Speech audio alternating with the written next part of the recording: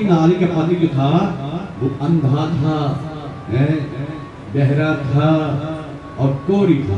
बोले हर हर। लेकिन वो कौश की नारी पतिव्रता धर्म के ऊपर इतनी पक्की थी कि जहां भी जाती थी तो महाराज अपने पति देव को टोकरे में डाल करके घुमाने के लिए ले जाती थी। तो एक दिन की बात कि एक जगह से जैसी वो जा रही थी, पति देव की टांगे बाहर की तरफ थी। बोले हर हर। और आगे उन्हें महाराज मृकंड ऋषि, मांडव्य ऋषि, माफ करना, मांडव्य ऋषि, मांडव्य ऋषि का महाराज वो कसूरी के ऊपर बैठ करके तप कर रहे थे, भक्ति कर रहे थे। और जैसे ही कौशकी नारी अपने पति को लेकर के वहां से निकली तो पार थे तो ध्यान नहीं आया और उस मांडव्य ऋषि को पैर से थोड़ी चोट लग गई। और जैसे चोट लग गई तो उनका संकट उगा गया और धरती पर गिर पड़े। और उधर कौशकी नारी थोड़ी आगे निकल गई थी तो उसने साथ दे दिया, किसने? मांडव्य ऋषि कि देखिए मुझे त्रिशूल से गिराने वाले जिसने मुझे त्रिशूल से गिराया है, कल का सूर्य उदय नहीं देख पाएगा। बोले हर हर। अब श्री के भक्तों जैसे ही सांप लग गया, कौशकी नारी ने सुना तो आप पीछे वापस। और जैसे वापस आ करके पहले तो चरण में गिड़गिड़ाए कि ऋषिवर क्षमा कर दो, अनजाने में हुआ है, जानबूझ करके मैंने कुछ भी नहीं किया। ये मेरे पति देखते नहीं है, अंधे हैं, कोरी हैं और मैं इन्हें लेकर के जा रही थी, गलती से अगर टांग लग गई तो इस अपराध को क्षमा कर दो। लेकिन मांडव्य ऋषि बात नहीं कर रहे थे। नहीं, वचन निकल गया है। अब कल का सूरज जब निकलेगा, सूरज की पहली किरण तीर के ऊपर पड़ेगी, तेरा पति जो है वो काल का कलेवा बन जाएगा। बार बार समझाने पर भी, बार बार महाराज अपनी गलती का प्रायश्चित करने पर भी जब मांडव्य ऋषि नहीं माने तो आ गई अपने प्रतिबद्ध धर्म में, हाथ में संकल्प ले लिया, पानी ले लिया।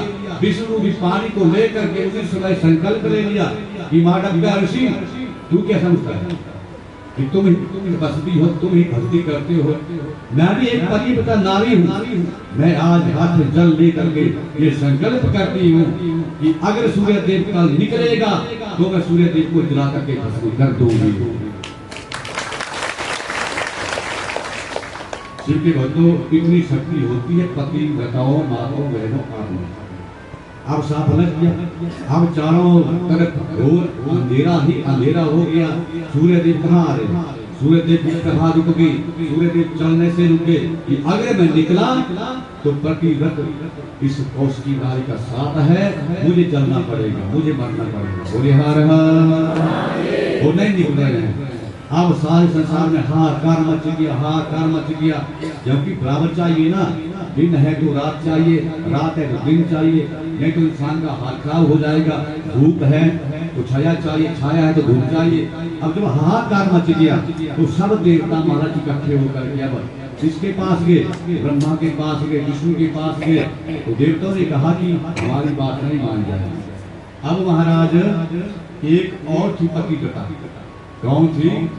अरुंधति, जिसका प्रसंग आपने बीच में सुना, वो भी पतिव्रता थी महाराज। अनुसुईया पतिव्रता थी।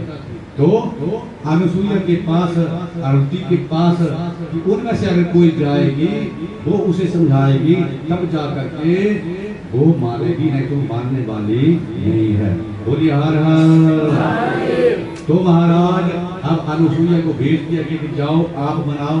अब अनुसुईया इसके पास आई, कौशकी नारी के पास आई और कहने लगी, बहन इस साल को वापस ला।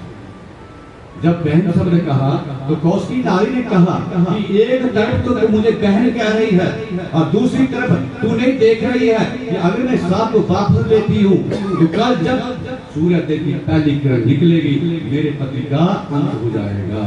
तो मेरे घर में अंधकार करने के लिए आ रही है और कह रही है। तो महाराज आज उसने भी बोल कह दिया, देख चिंता मत कर, तू सांप को वापस ले ले। जब सूर्य देव की पहली किरण निकलेगी तेरे पति के ऊपर पड़ेगी, तेरे पति के मारे जाएंगे, मैं भी पतिव्रता हूं, मैं उसके बाद आपके पति को जीवित कर दूंगी। जब वचन हो गया, वायदा हो गया, तब जा करके महाराज बात साफ लिया उसने कौशली ना लिया। अब अगले दिन सूरज निकले और सूरज की पहली किरण पड़ने पर शिव के भक्तों उसके पति मारे, और जैसे मारे गए तो अरुंधति ने भी महाराज हाथ में जल लिया और संकल्प ले लिया विष्णु के जल को लेकर के कि अगर मैंने जीवन में तप किया है, भक्ति की है, दान किया है, पति देव की सेवा की है, तो मेरे उस तप से, मेरी भक्ति से, मेरे पुण्य से इसका पति जीवित हो जाए। बोले हर हर हर। तो महाराज माताओं बहनों ऐसी शक्ति आप सब में बोलो भगवान ने दी है, लेकिन जब शास्त्र का कहना मानेंगे तब ना। बोले हर हर। एक और हुई एक प्रतिव्रता, वो क्या करती थी, पति देव महाराज दिन को खेत में काम करते थे, और जैसे ही महाराज दिन का समय होता था तो पहले की माता बहनें धान कूटती थी। कूटती थी माता जी, आपको पता होगा उखल के माध्यम से, है ना। बोले हर हर। तो पति देव जैसे शाम को थके हारे खेत से आए तो महाराज उस बहन ने धान जैसे उखल के बीच में कूट रही थी, पति देव ने आकर के कहा कि भाग्यवान प्यास लगी है, एक पानी का गिलास लेकर दिया। जिस समय बात सुनी कान में वो शब्द आए, उसी समय उखल को ऐसे छोड़ दिया, और जैसे छोड़ा पानी लेने के लिए गई वो उखल हवा के बीच में रुक गई। बोले हर हर। अब घर में जैसे ही अंदर गई तो पानी खत्म, उस मटके को लेकर कुएं के पास गई, भर करके लाई। जितनी देर में पति थके हारे थे, काम के खेत में करते थे, महाराज नींद पड़ गई थी, और जैसे नींद पड़ गई तो धर्मशास्त्र कहता है कि नींद में सोए हुए किसी व्यक्ति को बोलो जगाना नहीं तो फिर पाप लगता है। तो जानती थी नहीं जगाई, पानी का गिलास लिया है और उनके सिरहाने खड़ी है। धर्म की मानने वाली प्रीतम पति की प्यारी खड़ी रही, पानी का गिलास ले करके रात भर सारी, पति न जगाए कि जब ये उठेंगे तब पानी पिलाऊंगी। इस चमत्कार को शिव के भक्तों किसी बगल में किसी और दूसरी बहन ने देख लिया। ये कैसा चमत्कार हुआ, इसे उखल हवा में छोड़ा और वही का वही रुक गया। क्या ऐसा भी होता है? बोले हर हर। तो उसने भी अपने पति से कह दिया कि कल मैं एक मंत्र सीखी रहा। बोले क्या मंत्र सीखी रहा?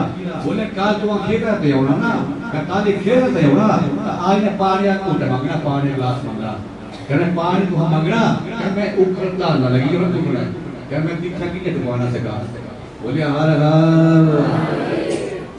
पति देव ने कहा तो बड़ी नई बातें कर रही है, बड़े प्रेम से बोल रही है, ठीक है। अब आगे दिन उसके पति भी शाम को जैसे खेत से काम से आए तो कह दिए कि पानी का गिलास है। तो उसने जैसे ही ऊपर छोड़ा ना, वो मारा ऊपर से दाल धक्का पड़। बोले हर हर। वो पानी क्या प्यारा हा है कोई पानी प्यारे बोलो। बोले हर हर।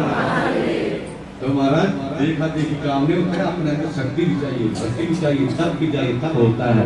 बोले हर हर।